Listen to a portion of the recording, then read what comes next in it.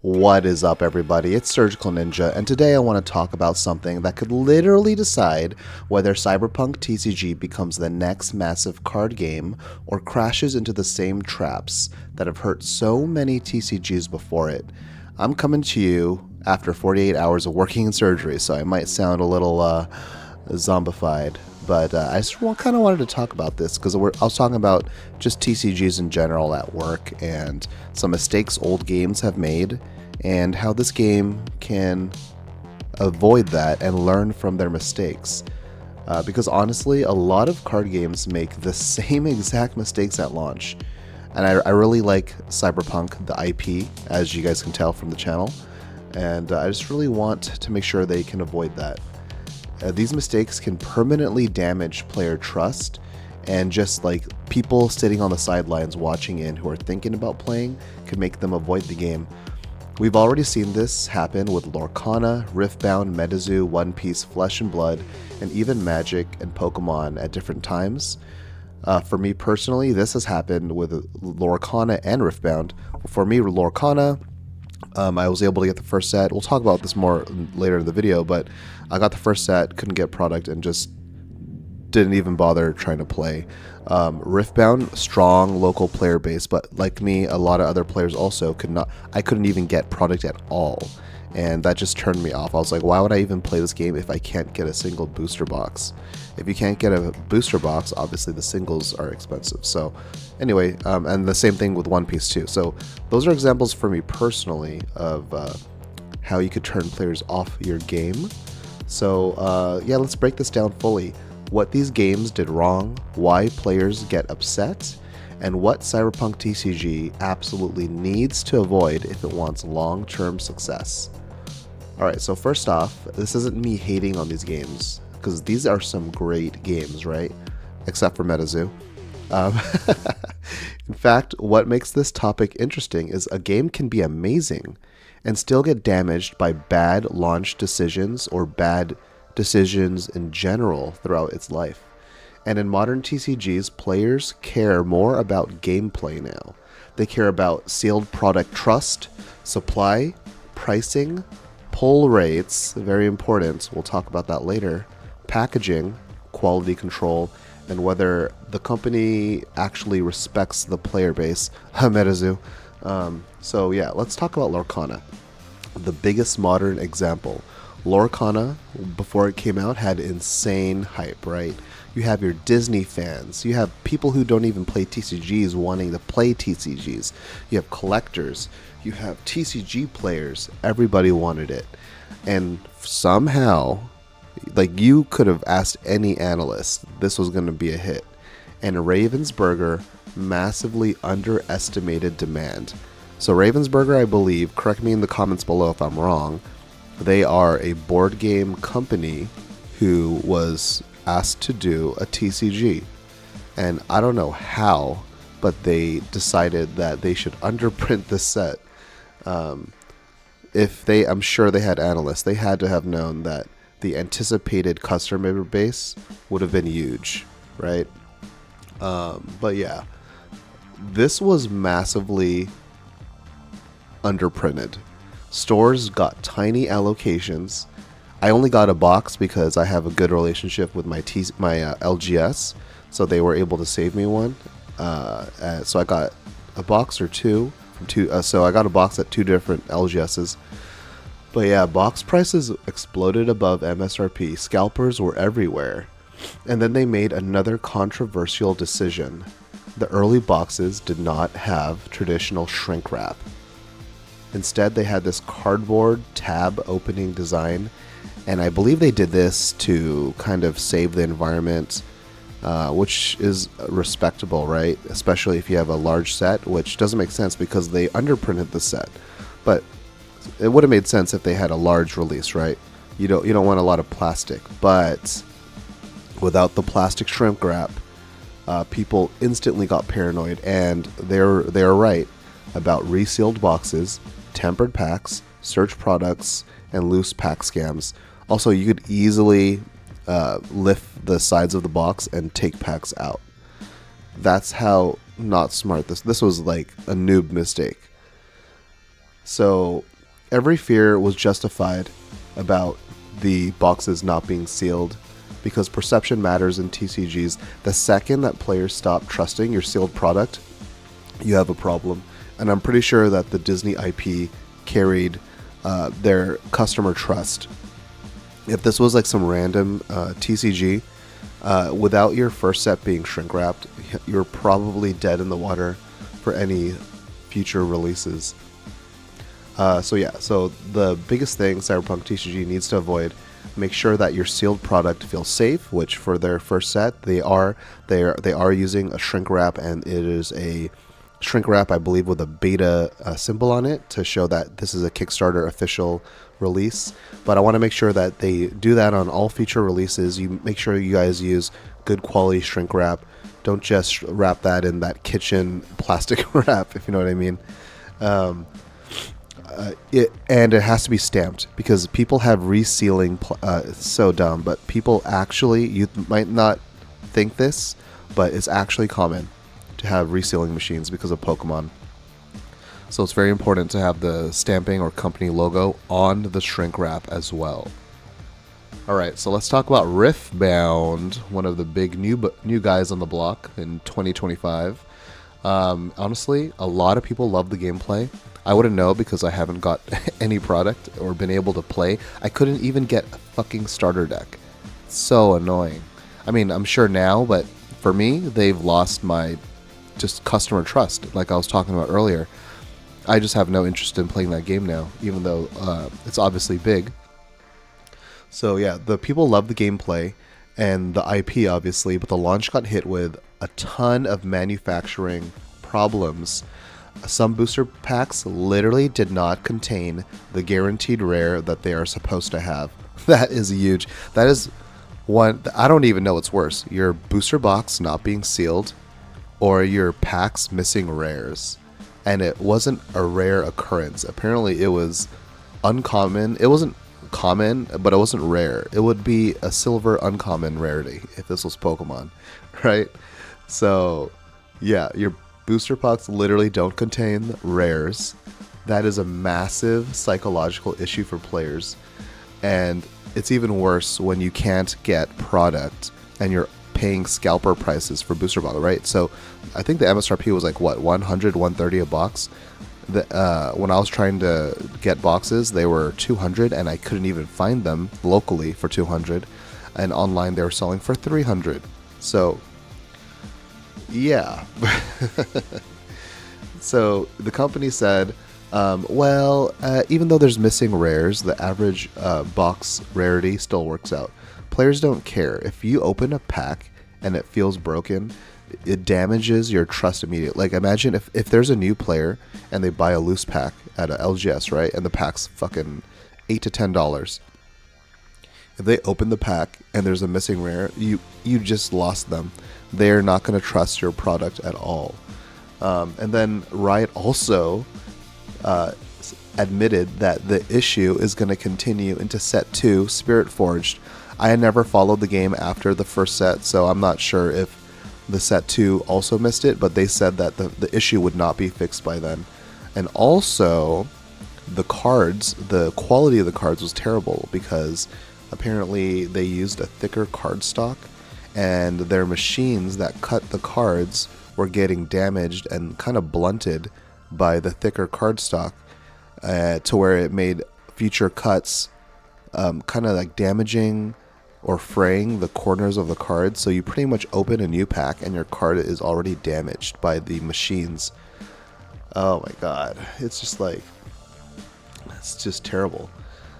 So Cyberpunk TCG absolutely needs to have consistent pull rates, reliable collation, strong quality control, very important, and packs that feel correct, because opening packs is emotional and that the experience of opening it matters, even though it's pretty much gambling for kids. But this isn't a kid's game. Cyberpunk is a game for adults. But yeah, so big thing, how this can affect Cyberpunk. The quality. I do not want this game rushed to meet deadlines. And there's a big issue about deadlines, right? Deadlines push games to be rushed to bad quality. yeah, I want to make sure these cards are cut correctly. Do not rush it to where they're missing cards, missing rares. Do not have mapped boxes. That would be very, very bad. There's a lot of things that can go wrong that can easily be avoided if you take time. So let's talk about the classics, the big daddies. You got Pokemon and Magic. So these games survived because they became giants, but they also had issues, right? So old Pokemon packs could often be weighed, meaning people could search for the heavier holo packs and sell off the bad ones. This destroyed trust in loose packs. It's still an issue to where if there's a loose vintage pack, you probably should not buy it because the greed is too strong for the seller to have cracked open the box, kept all the heavier packs, and sold all the loose packs. So that's an issue that follows Pokemon to today. Magic the Gathering early boxes had mapping issues where players could predict where rares were in booster boxes. Again, trust issues. So people start believing that this product can be manipulated, and if they think that, even if it's true, even if it's a rare occurrence, if people only want to hear the negative things, if it becomes widely known your product can be manipulated, people are going to remember that. What else happened with early Magic? Yeah, so stores could actually map where the packs were that had the big hits, right? And this could happen even in new games. So even more recently, Sorcery TCG, if you guys, it's very funny, but I opened 2 booster boxes in the same case. All of the uniques are like mythics in that game for you Magic players.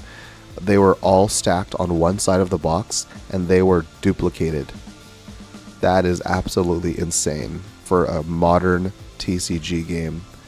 I mean, I'm not complaining because the duplicates were worth money, but I mean, I'm just saying that's a modern game and that happened. And it happened on camera. Absolutely crazy. So, yeah, let's talk about meta shit. Right? Meta poo. MetaZoo. So, we got the speculation trap. We got MetaZoo probably as the most extreme example. This game became more about flipping sealed product than actually playing. Prices exploded. People panic bought everything. Influencers, I'm looking at you Alpha Investments, pushed FOMO non-stop. And eventually the bubble collapsed hard, right? I think the game actually like shut down and then the IP was bought and they're trying to launch it again. Like if you guys buy into MetaZoo the second time around, that's literally like taking a poop and then pushing it back in. Like I don't understand. That game has so much negative, I don't know, like just stigma around it now. Like let's just let it die. Let it die, Tommy. Yeah, we got to talk about One Piece. One Piece is another one. Massive underprinting. This game is also like a Riftbound to me. I couldn't even get a booster box. The only way to get one was to wait in lines outside the store, and I haven't waited in line for something overnight since the Xbox 360, and that was terrible. So yeah, I'm not waiting in the line overnight. That's just insane. For cardboard, you're waiting in line for cardboard, and they'll only give you one box, which you can't even make a deck with. It's absolutely insane. But that's a really popular game. The IP is strong, but the product availability was terrible. So players can't get product, they can't get staples. Tournament scenes would struggle because they don't have players that can make decks. Obviously, it's better now. I think they actually overcorrected where they overprinted, which is funny because it kills all the scalpers who overbought product to make a profit, and now they're stuck with product that was overprinted. So that's actually just the icing on the cake for them. But yeah, this is an example where Cyberpunk TCG needs to find a balance between making a product exciting while also keeping it accessible. Artificial scarcity could build hype temporarily, but you're going to turn off players. And building long-term communities needs product availability. So what can Cyberpunk TCG learn from all of the things I talked about? Number one, protect trust in sealed product. Their first Kickstarter release looks good, but they need to continue that with all future releases. Keep that good shrink wrap. Keep the logo on it to prevent resealing. Easy resealing, I should say. There's always a risk you can get fakes, but strong shrink wrap, anti-tamper packaging, consistent pull rates, and clear rarity structures. Number two, do not underprint it into oblivion. You want excitement. You want excitement from players. You do not want players unable to buy even a starter deck, Riftbound. But number three, also prioritize gameplay over speculation, which it looks like they are. They already have announced a good structured gameplay structure. I'll put it on the screen now about what they announced. There's not more details besides what this picture shows, but looks like they're in the right direction, right? And also collectors matter. So the collectors matter, but you need to balance between collectors and players. So you want, and it looks like they're doing the right thing. They have serialized cards, look great. So you could have serialized cards, but I don't want them to be unique cards, which I don't believe they are. So serialized cards for collectors matter. Then you still have regular cards for the actual players, but you don't want to overprint it to oblivion, but you also don't want to underprint it. It's like you have to have the perfect control, because collectors matter, but also players matter. Players are what keep a TCG alive. You want players showing up to organize play every week. Yeah, like it's a balancing act you have to perfect, but you can, if Weirdcode does not have analysts, you guys need to hire one, and you need to look at all the mistakes these TCGs have all made, and you can perfect this release. A first release is huge. But yeah, and then also quality control. Quality control also matters. You guys do not rush this product. Make sure the cards come out looking crisp and clean. No fade, no too dark cards like Sorcery TCG. The first print runs were terrible, very, very dark. You guys have to perfect the printing and the cuts so that cards don't come out damaged. But yeah, the modern players, they inspect everything. They check out centering, print lines. Magic has terrible print lines, but their Magic is different because they're too big to fail now, even with all the negative sentiment toward it. Yeah, print lines, pull rates, pack consistency, edge quality, seals, pack weight. You cannot get away with sloppy launches anymore, right? Like if Lorcana, Disney had a ton of negative stigma from their first release that affected a lot of players. Anything bad will affect Cyberpunk, trust me. So yeah, honestly, Cyberpunk TCG has huge potential. The art style is incredible.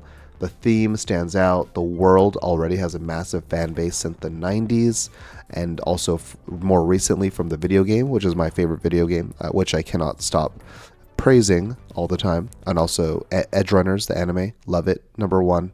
No, maybe not number one. Top 5. But yeah, history has showed us even great games can stumble hard if the launch goes wrong. So hopefully the team behind Cyberpunk can learn from the mistakes these other games have made, because the community really wants this game to succeed. I really want the game to succeed. So let me know in the comments, what do you guys think the biggest mistake modern TCGs keep making? And if you guys enjoyed the video, hit like and subscribe, and I'll catch you guys in the next video. Peace out.